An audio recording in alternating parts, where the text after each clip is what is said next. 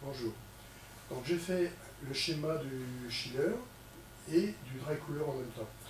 Pour vous expliquer comment c'est. Donc j'ai fait un petit schéma hydraulique pour expliquer, parce que c'est pas toujours évident de voir un film, et quand on connaît le circuit, quand on connaît les circuits, ça va, c'est facile à expliquer. Mais celui qui est novice ne comprend pas toujours. Avec un schéma, c'est beaucoup plus simple. Donc il faudra associer les deux, la vidéo plus ce schéma que je vous montre ici en vidéo. Ok? Allez, on va commencer. Bon, ici, qu'est-ce qu'on a? On a notre évaporateur multitubulaire. Ici, on a la fameuse vanne 4 voies, donc 1, 2, 3 et 4. Ici, j'ai mon dry cooler. Ici, j'ai le circuit frigorifique, donc la ligne d'aspiration qui va vers le compresseur. La ligne liquide qui arrive ici, ça c'est le désirateur, vous voyez en liquide, le détendeur à l'égalisation externe. Et je rentre dans mon évaporateur multitubulaire. Je vais expliquer le circuit après. Ici, j'ai ma pompe. Alors, je vais prendre les lignes bleues déjà. Donc les lignes bleues, c'est quand je ne me sers pas du dry cooler. Je ne m'en sers pas là. Qu'est-ce que je fais? J'arrive ici, je reviens avec de l'eau glycolée qui est un peu réchauffée. J'arrive ici. Je ne vais pas tout droit.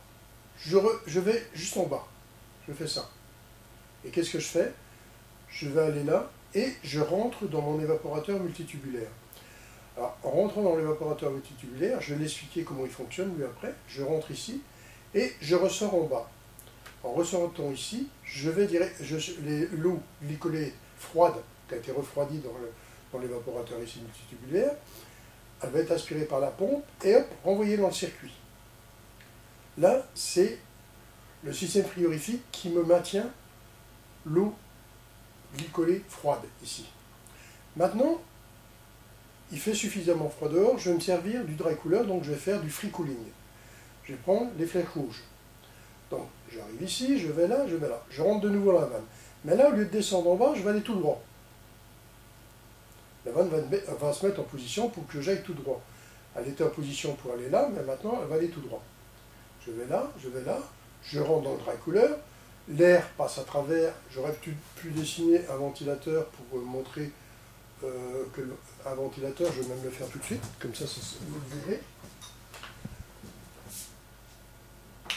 Donc ici, j'ai le ventilateur du condenseur.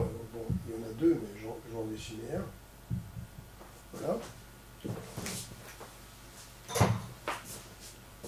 Donc ici, j'ai le ventilateur qui va fonctionner et va me refroidir mon glycol qui est à l'intérieur d'ici. Donc, la flèche là n'est pas bonne. Regarde. Je fais ça, et je remonte ici. Donc mon circuit va aller de là, là, là, là, là, là, là. Je reviens là, donc j'ai refroidi grâce à l'air extérieur. Donc c'est le free cooling dans mon dry cooler. Et j'arrive ici, je passe ici, et je vais directement tout droit. Donc j'ai été comme ça, et je reviens comme ça. Et je passe de nouveau dans mon évaporateur multitubulaire. Et je ressors ici pour aller dans la pompe, et ici. Alors, on aurait pu éviter l'évaporateur multitubulaire. Ben non, c'est fait exprès. Pourquoi? Parce que ça va me servir de tank. Tank, ça veut dire une réserve d'eau froide. Donc je vais avoir une grosse réserve d'eau froide ici, ce qui va me permettre d'éviter que l'installation fasse du pompage. Bon, ici, c'est pas trop grave, mais le ventilateur, c'est pas la peine qu'il fonctionne, qu'il s'arrête, qu'il fonctionne, qu'il s'arrête. Donc, qu'est-ce qu'on fait? Ça va laisser une certaine inertie avant de redémarrer. Donc, c'est pour éviter qu'on ait des cycles courts. Pareil pour le système frigorifique.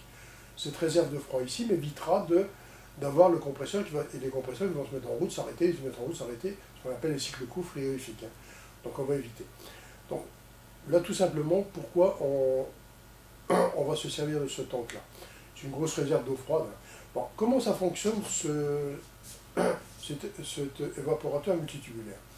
J'ai le gaz liquide qui arrive ici, il est détendu là, dans les tubes ici, ça passe à l'intérieur des tubes noirs qui sont ici. Tous ces tubes noirs, le gaz passe à l'intérieur, et l'eau passe autour.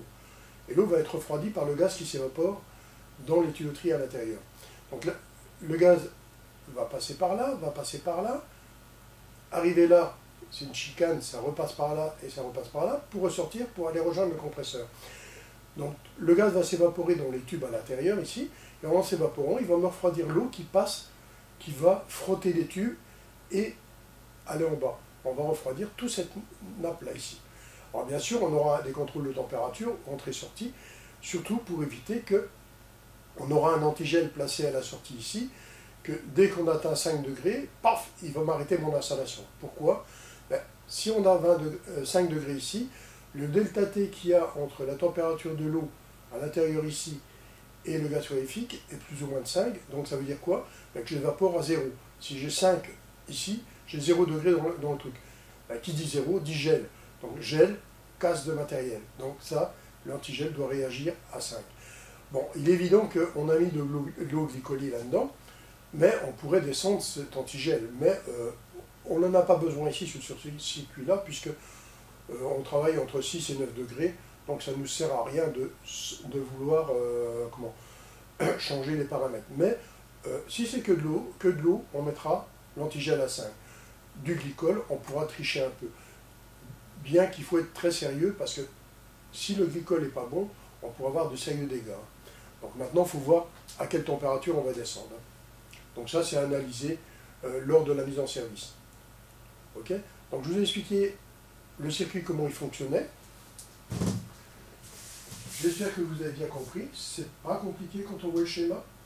Et vous avez la vidéo où on voit réellement le circuit. Donc ces deux vidéos, vous pouvez les mettre ensemble pour les lire et les comprendre. Vous pouvez déjà regarder peut-être celle-là, puis voir l'autre, ou l'inverse, c'est suivant que vous comprenez le circuit ou pas. Ok? Allez, bonne journée.